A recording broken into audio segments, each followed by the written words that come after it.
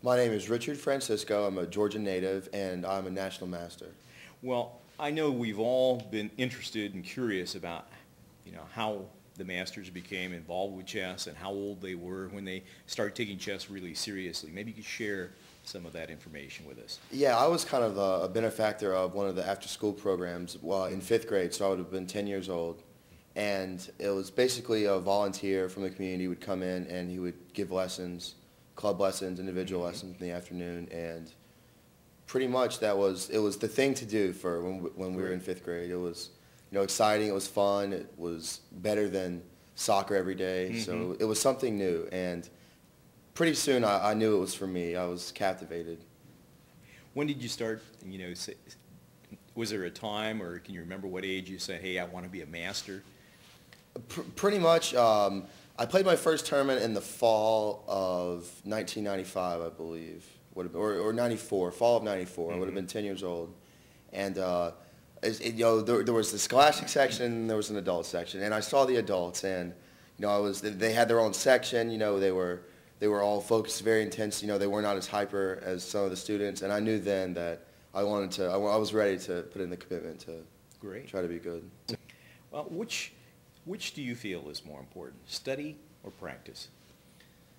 I would definitely say study.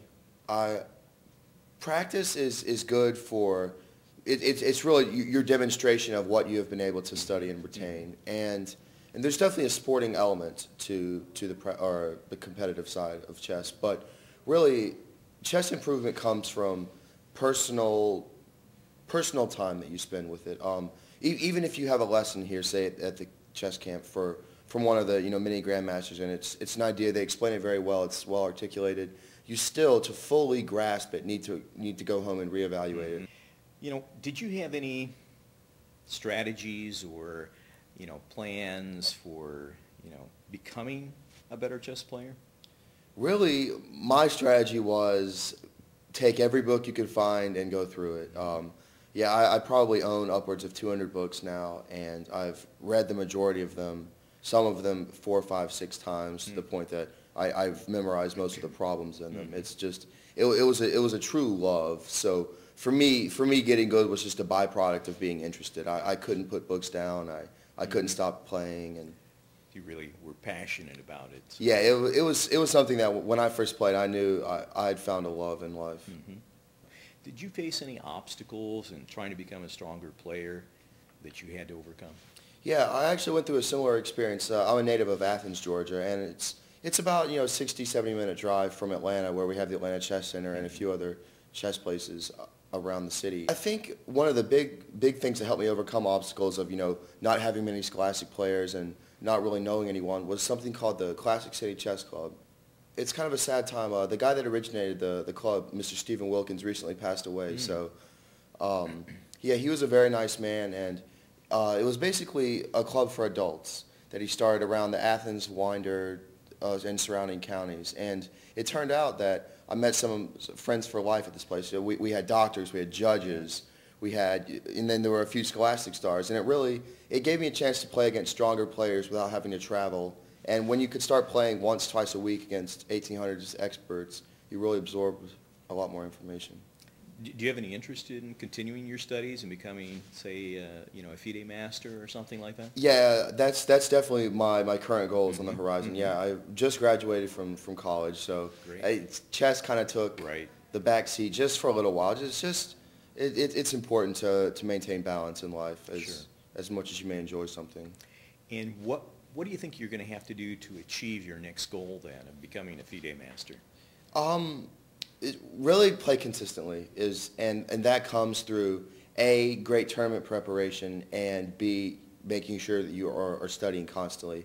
Yeah, I was actually, I think, 4 points away from FIDE master at several years ago, and then inconsistent play has made the gap a little bit wider. So, yeah. What kind of preparation would you do for a match or a tournament? Really brushing up on openings is something that is probably openings are very important to study at least 2 weeks before the event. Pretty much middle game and end games, by this point you should have acquired the knowledge. But openings are something that really a last glance or a final study can be quite beneficial to your results. And yeah, I think openings would be the way to go. So probably a few days before the event, that's when I believe that tactics are the best thing to study, just problems. And I just think that instead of trying to acquire new information, it's really important to just start practicing, the critical thinking that you'll need. Analysis, calculation, imagination. These things are just important to throw around in your mind. What, as far as losing, I mean, we all have to lose games sometimes in these tournaments. How do you deal with losing and winning, and how do you overcome that loss in the last round so you can come back, bounce back, and play the next round? Okay, a lot of even adults still that play chess, and especially younger players, get very upset at a loss. I was kind of twofold in this regard. I really enjoyed losing, but I enjoyed being beaten by stronger players. For me, the big hurdles to overcome were kind of a self-control, self-mastery kind of hurdles, like where I felt I was winning the game but lost due to a blunder or due to like a sporting element, be it fatigue, be it an oversight. Just so you have to understand good chess, then you have to not make mistakes for a quite majority of the game. And I like to make this analogy to some of my students, is that chess is a very unique game, and that if in basketball, if you're up 10 points, and what we can call that the equivalent of being up a rook perhaps in a game, it still takes time to be able for the opposing team to chip away at the lead. But not the case in chess. Every move has the potential of you losing. So it's really, once you understand this, it's not as, it doesn't make blunders and losing from such means quite as harsh, I think. Okay. You mentioned you have studied a lot. I was wondering if you could mention just a couple of books that you would recommend to other players to get better, and also, are there any chess players that have influenced you in your play or encourage you to continue in your pursuit of chess? Yeah, I'll start with a player, just because this man is just very dear to my heart. His name is Dr. Vincent Gorakovsky. He would now be almost 80 years old. And I first met him in Athens. He came and visited our after-school club, and he was my mentor for 3 or 4 years until I went off and we kind of parted ways. He had to change locations for research, but until then, he was like a second father to me.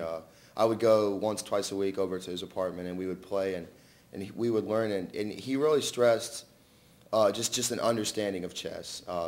He knew that I had a great ability to calculate variations, so he taught me how to play without having to calculate. It helps speed chess. There were a lot of immediate effects, but I came away with a much deeper sense of the game, and I will forever be indebted to him. 1001 Brilliant Ways to Checkmate.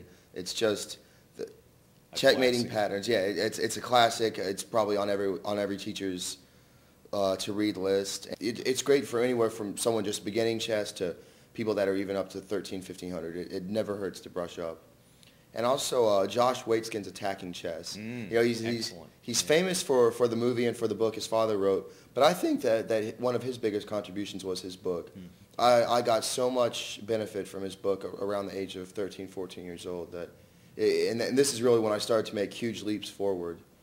And I'll give a lot of credit to this book. I'll give you the opportunity if you have any additional comments you'd like to share with the younger generation, or any additional thoughts about how to become a stronger player that maybe we haven't touched on yet. There's great potential for the new generation with computers, and I would encourage all of them to take advantage of this resource as much as possible.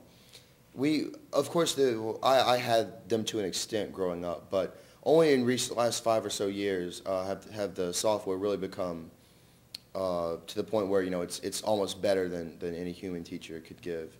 And yeah, game analysis, the same method that I like to promote, learning from every game.